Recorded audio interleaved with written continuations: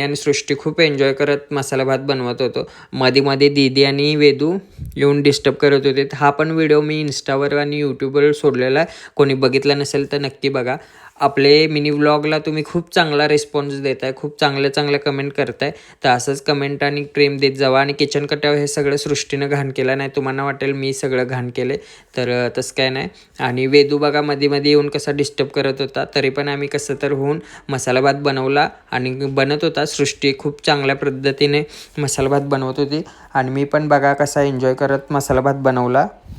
मी, सृष्टी, वेदू आणि दीदी खूप भांडत असतो. भांडत आमचा मसाला भात रेडी झाला आणि त्याच्यानंतर सृष्टीने सगळ्यांना तो मसाला भात दिला आणि मस्तपैकी मी तुपासोबत आणि लोणच्यासोबत मसाला भात खाल्ला.